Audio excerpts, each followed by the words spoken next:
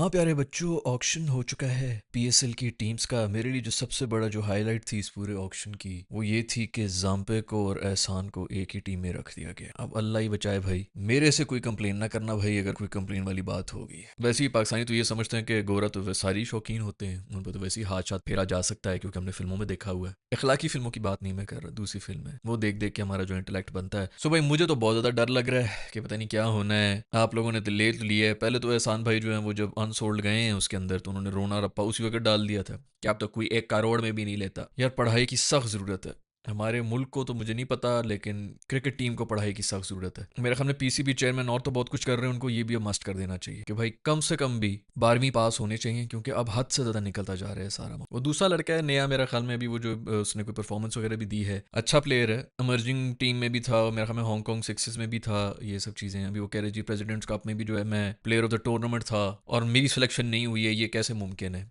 तो भाई क्या करें, प्राइवेट टूर्नामेंट है, प्राइवेट टीमें हैं, उनकी मर्जी जिस मर्जी को खरीदें। उनकी मर्जी है वो हैदराबाद की तरह यूएसए से जो है हल्के फुल्के क्रिकेटर्स को ले आए क्योंकि अपनी कोई उनकी स्ट्रैटेजी होगी। अमेरिका के अंदर वो बेस्ड हैं तो हर किसी के यार ये प्राइवेट एंटिटीज हैं, कॉर्पोरेट है, उनकी मर्जी है वो जिस तरह मर्जी करें, जिस मर्जी पे इन्वेस्टमेंट करें। आप उनको ये फोर्स कर सकते हैं कि मेरे प्रेसिडेंट कप के अंदर जो है वो इतने नंबर लिए थे तो मुझे क्यों नहीं तुमने उठाया। भाई पैसे दे के वो ले रहे हैं, उनकी मर्जी। तेरे पे 50 रुपया लगाए कि 50 करोड़ लगाए। प्रॉब्लम यही है ना कि एक तो पता नहीं कब एजुकेशन, एक तो वैसी जो है वो एक सोशल मीडिया के ऊपर एक नया नैरेटिव आया हुआ है जिसके अंदर बहुत से जो आपके जीनियस निकल के हैं जो कह रहे हैं कि पढ़ाई में कुछ नहीं लिखा हुआ, बिजनेस करो बिजनेस करो। मिसालें वो सब उन लोगों की दे रहे होते हैं यूएसए में जो वहां के यूनिवर्सिटी जिन्होंने नहीं पढ़ी हुई। उनका जो 12वीं पढ़ी हुई ना अमेरिका में जिसने, वो हमारे यहाँ के जो मास्टर्स जो ग्रेजुएट लड़के हैं ना उनसे ज्यादा काबिलियत है उनकी उस एजुकेशन की। बातें करना बड़ा आसान होती है, बिजनेस करना है बिजनेस करना है। मैं हर किसी को ये कहता हूँ भाई सबसे पहले जाके जो है ना कम से कम भी 5 साल जो है नौकरी करो अगर बिजनेस भी करना है तो, ताकि तुम लोगों को पता चले कि रख रखाव होता किस तरह। जो थोड़ी बहुत कसर थी, ये अब इस किस्म के सारे नमूने हैं आपके, जो पुराने भी आपके एक्स क्रिकेटर्स भी हैं जिनको कोई नहीं ले रहा होता तो वो अब उनके अलग तमाशे मचे में। हर किसी की पर्सनल खुन्नस है जो कि निकल रही है, इन सबको थेरेपिस्ट के पास जाना चाहिए। वो वहां पे नहीं जा रहे,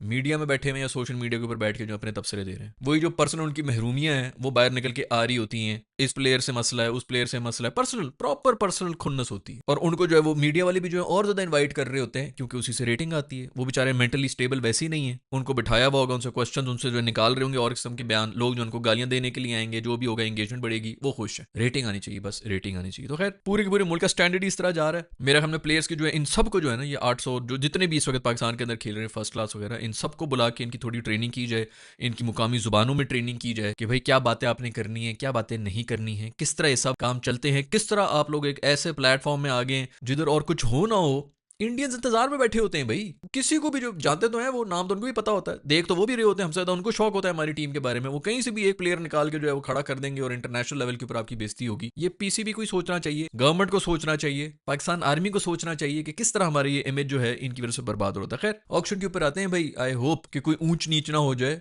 कराची की टीम के, कराची की टीम में से बड़ी सॉलिड हुई है जो उन्होंने बनाई है। मेरे ख्याल में पिछले कोई 6 सीजन से नहायत ही गुलखोरी कर रहे थे, थर्ड क्लास टीमें बना रहे थे चुन चुन के। इस दफ़ा शुक्र है फाइनली कोई अच्छी टीम बनाई है। मैं ख्याल में शान मसूद को भी इन्होंने एंड में उठाया, नहीं शान मसूद को नहीं, आगा सलमान को उन्होंने लिया। बड़ी मुश्किल हो रही थी उनको लेते हुए लोगों को, आगा सलमान जो है ना वो आके, मेरे ख्याल में ये कप्तान भी उसी को घोषित कर रहे हैं। बेसिकली ना जो दिखता है वही बिकता है। अभी कौन महंगा बिका है, स्मिथ इसलिए बिक गया है क्योंकि अभी पिछले दिनों बीबीएल के चक्करों में हमने भी देख लिया था, बाबर के चक्कर में हम जिस टीम को देख रहे थे उसने आगे छक्के छक्के मार दिए, हम पागल हो गए कि ओए हो ये तो दुनिया का सबसे बड़ा T20 का प्लेयर ही है। 3 महीने पहले तक उसको कोई टीम रख नहीं रही थी कि भाई ये तो बिल्कुल सूटेड ही नहीं है। खैर अब तो ऑस्ट्रेलिया की टीम के अंदर भी आ गया क्योंकि इंजरी हो गई, बट उनकी गुड्डी चढ़ गई, जो दिखता है वही बिकता है। दूसरी गुड्डी चढ़ी है मेरे दोस्त फहीम अशरफ की, नेदरलैंड्स वाला मैच ना होता मैं लिख के आपको देता हूं इसने 3 करोड़ से ऊपर नहीं जाना था, ये भी मैं आपको ज्यादा बता रहा हूं। नेदरलैंड्स वाला मैच हुआ, ये ऑक्शंस में ना यही चल रहा होता है। वो पिछले से पिछला आईपीएल था उसके अंदर वो बिका था इसी तरह पंट जो है कि पता नहीं 20-30 करोड़ में बिका था, और मैं उस वक्त ही कह रहा था कि ये बस इसकी गुड्डी चढ़ गई है, ये टाइमिंग ऐसी हुई भी उसके अंदर, वो ऑक्शन में भी आ गया, डिस्कशन में था, फलाना था, ये वो हाई बनी हुई थी, वो इतने में बिक गया। और फिर पूरा टूर्नामेंट उससे मेरे ख्याल में एक इनिंग्स नहीं हुई, एक वो इनिंग्स हुई थी जिसके अंदर उसने मेरे ख्याल में वो डेड रबर था जिसमें 50-50 उसने मारी थी, अदरवाइज एक 50 नहीं मारी थी उसने पूरे टूर्नामेंट के। 50 तो दफा करो भाई, स्ट्राइक रेट जितनी खूबसूरत से वो खेल रहा था 30 करोड़ रुपए लेके। यही होता है, जो दिखता है वो बिकता है। जिसकी गुड्डी चढ़ी हुई उसकी चढ़ गई। तो अभी फहीम भाई ने, शुक्र है टाइमिंग उनकी ऐसी थी, नेदरलैंड्स वाला मैच अभी हुआ है पूरे पाकिस्तान का इस वक्त। फहीम अशरफ को अगर आप पीएम की सीट पर खड़ा कर देना, लोग बल्ले बल्ले करेंगे कि हाँ यही हमारा सीरी। अभी ये इंडिया के साथ मैच होगा, किसी एक ने परफॉर्म कर लिया ना, मैं कहता हूं अगले 30 साल उसको टीम से निकाल के दिखा दो इस एक मैच की बेस के ऊपर। और बदकिस्मत इतने हैं कि इनको ऐसे ऐसे मौके मिलते हैं फिर भी ये परफॉर्म नहीं कर रहे होते, जलील हो रहे हैं। पिछले 4 साल से तो फिर जलील ही हो रहे हैं। सबसे बड़ी मिसाल हमारे शाहीन भाई हैं, उन्होंने 2 मैचेस में परफॉर्म किया था, वो मजाल है कि उनको कोई हाथ भी लगा सके। अभी इंडिया का मैच हो रहा है, ये इन्होंने छोटी टीम है नमीबिया वटेवर, आप उसके अंदर सिर्फ उसकी इनिंग्स देखें ईशन किशन की, और ये ईशन किशन अभी ये तकरीबन 1-1.5 महीना पहले, बल्कि इससे भी शायद कम टाइम हुआ है, टीम के अंदर घुसे हैं, इनका कम बैक हुआ है। क्यों हुआ है? क्योंकि डोमेस्टिक में परफॉर्म कर रहा था। किसी के बाप में इतना दम नहीं है कि इसको रोक सके, क्योंकि मेरिट के ऊपर वो आ रहा था, सीधा टीम के अंदर आया, आके उसने परफॉर्मेंस, यही सबसे बड़ा, मैं चीख चीख के थक गया हूँ भाई। जब आपके प्लेयर्स फॉर्म में होते हैं तब उनका पूरा का पूरा फायदा उठा लो, उनका रस निकाल लो, क्योंकि यही एक कोई 6-7 महीने का, 1 साल 1.5 साल 2 साल का आपका पीरियड होता है जिसके अंदर आप कुछ कर लेते हैं, उसी की बेस के ऊपर आप में कॉन्फिडेंस भी आ रहा था तो आप आगे भी कर लेते हैं। बॉबी का यही कोई 1.5 1 साल का ही पीरियड था ना जिसकी वजह से वो चल रहा है, अभी तक चल रहा है। तो ये टाइम होता है प्लेयर का। इनकी पूरी की पूरी टीम बनी हुई थी, देखा कि ईशन किशन जो है फिट फॉर्म में, उसको आगे लेके आए हैं, वो अभी हर किसी को रोनता हुआ जा रहा है, हर टीम को। आज फिर उसने मारे हैं स्कोर, वहीं मैच ही खत्म कर गया था भाई। अभिषेक शर्मा के बारे में लोग कह रहे होते हैं वो इंजर हुआ हुआ, बाहर गया हुआ है, ईशन किशन आ गया, उनको कोई फिक्र ही नहीं है। और अभी तो अभिषेक शर्मा भी आ जाएंगे अगले मैच से पाकिस्तान के खिलाफ। तो खैर ये चक्कर होते हैं भाई, जो डिजर्विंग लोग होते हैं उनको आगे लेके आते हैं। अभी इंडिया की टीम के अंदर कोई बड़े नाम नहीं है, क्या उनकी फैन बेस नहीं है? क्या उनके ऊपर मैनेजर्स नहीं है? उनके ऊपर इन्वेस्टमेंट नहीं हुई हुई? उनकी पीआर कंपनीज नहीं है? उनकी फैन बेस नहीं है भाई? उनके लिए नहीं लोग लड़ रहे। लेकिन जैसे ही कोई बंदा अच्छी परफॉर्मेंस दे के ऊपर आ रहा होता है, जितना मर्जी बड़ा नाम हो उठा के यूं बाहर फेंक देते हैं कि गेट आउट भाई। कोई भी स्पोर्ट से बड़ा नहीं है। पाकिस्तान में किसी को हाथ तो लगा के दिखाए ना, तुझे पता नहीं मेरा बाप कौन है, बाप क्या मेरा ससुर कौन है।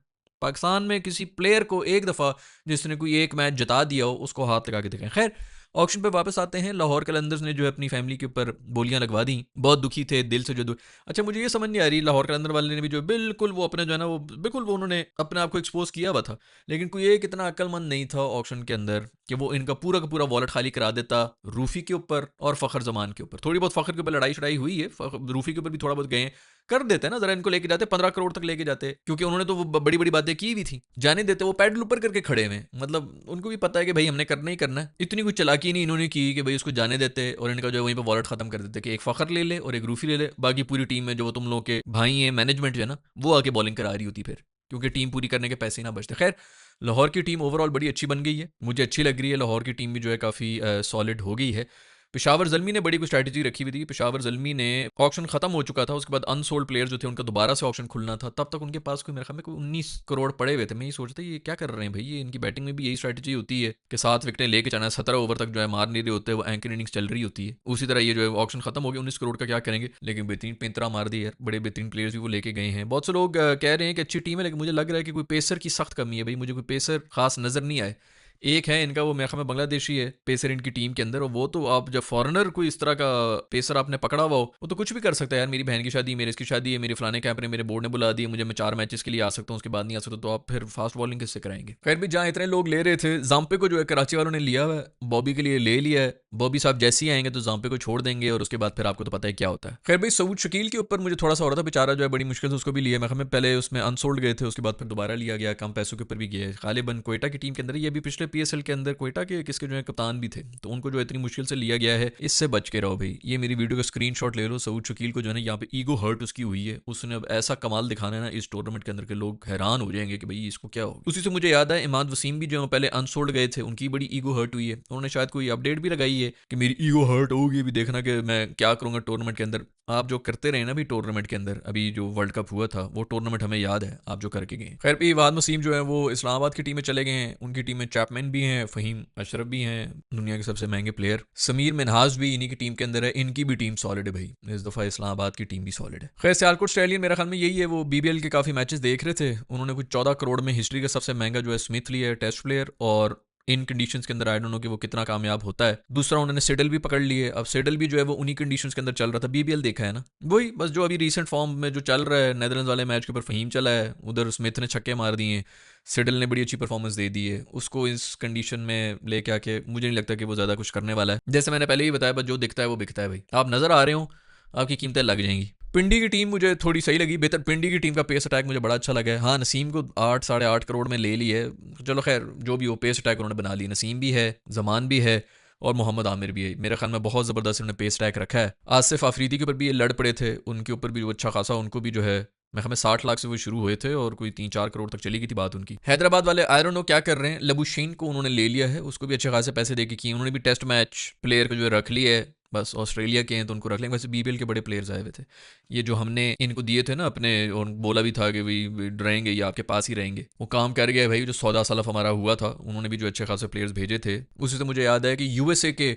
जो प्लेयर्स हैं जो कि पाकिस्तानी हैं बेसिकली, वो भी काफ़ी ज़्यादा उन्होंने टीम के अंदर रख लिया। ये जो नई टीमें आई हुई हैं, हैदराबाद एंड पिंडी और दूसरा सियालकोट, मैं तो इन्हीं को ही सपोर्ट कर रहा हूँ। मैं चाहूँगा कि इन्हीं में से कोई इस दफ़ा का जीते और अच्छी परफॉर्मेंस भी दे। खैर मुझे समझ आ रही है इनकी मैनेजमेंट वगैरह जो है, मैं हमें हैदराबाद ह्यूस्टन किंग्स में इन्होंने नाम रखा है, तो अमेरिकन जो प्लेयर्स हैं उनको इन्होंने जो है वो अच्छा ही, लाहौर वाले भी तो कर रहे हैं अपनी प्लेयर डेवलपमेंट और इस किस्म के चक्कर कर रहे हैं, तो ये वहाँ पर गवर्नमेंट को भी कह सकते हैं कि भाई इस तरह टीम है और यहाँ के जितने भी लोकल प्लेयर्स हैं उनको हम अपनी फ्रेंचाइज के अंदर डाल रहे हैं। तो मेरा ख्याल में तो एक स्मार्ट मूव है। एंड में आप हैं तो एक कॉर्पोरेट एंटिटी और आपने बिजनेस भी करना होता है, तो मेरा ख्याल में अगर ये उस लाइन पे जा रहे हैं तो वेरी स्मार्ट मूव। खैर मोहम्मद हारिस जो है वो पेशावर की टीम के अंदर गए हैं। पेशावर की टीम में जो कप्तान है वो है बाबर आजम, यानी कि अब बड़ा मजा आएगा। इनकी तो खुल के चल रही होती, अब वो इसको बताएगा कि भाई किस तरह होती है एंकर इनिंग्स, इससे कीपिंग कराएगा पूरे मैच में और इसको बैटिंग पे भी नहीं भेजेगा। खैर भाई फखर पे भी लड़े हैं लाहौर वाले और रूफी पे भी लड़े, अच्छी बात है, अपने प्लेयर्स के लिए लड़ रहे हैं, कम से कम उन्होंने जो एक अपनी कम्युनिटी बनाई हुई थी उसके लिए तो ठीक है, लेकिन मेरा ख्याल में थोड़ा ज्यादा पैसा लग गया। खैर रूफी जो है वो पीएसएल में तो अच्छी परफॉर्मेंस दे रहा होता है और फखर भी पीएसएल के हिसाब से ठीक है। ये और बात है कि 2 साल से मुझे कुछ याद नहीं पड़ रहा कि उन्होंने पीएसएल के अंदर भी कुछ किया हो, क्योंकि इतनी बुरी फॉर्म है। लेकिन अब चूंकि ड्रॉप भी हो रहे हैं, टीम के अंदर भी नहीं है,